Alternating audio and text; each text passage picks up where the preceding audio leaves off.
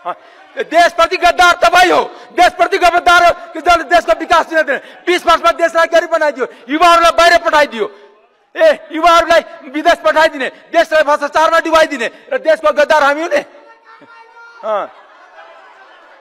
एउटा कुरा के भने यो गरेर हुँदैन, यो सत्तापछि जे बजेट लाग्यो भने त्यसलाई हामी मान्दैनौँ। किनभने सभामुखले निर्देशन दिनु परेको सबै जिल्लामा बजेट किन गएन? त्यो निर्देशन दिन आउँदैन सभामुखलाई। सभामुखलाई एमाले जे भने त्यही निर्देशन छ भने सभामुख संसदको एमालेको होइन।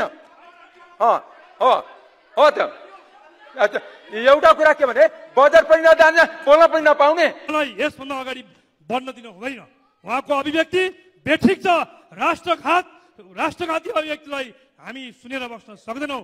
सम्माननीय सभामुख महोदय, कारबाहीको विषय बनाइयोस्, रुलिङ होस्, उहाँको विषय हटाइयोस्, कारबाहीको विषय बनाइयोस्। धन्यवाद। तपाईँ निर्धारित विषयमा बोल्नुहुन्न भने तपाईँ डाइस छाडेर तल जानुहोस्। निर्धारित विषय नबोलेपछि तपाईँ डाइस छाडेर तल जानुहोस्। यहाँ निर्धारित विषयमा बोल्नुपर्छ, नियमसँग बोल्नुपर्छ। तपाईँ तल जान सक्नुहुन्छ। ठिक छ, तपाईँले मलाई बोल्न दिनु, म यहीँ रहन्छु। 7 मिनट मेरो टाइम छ, म यहीँ रहन्छु।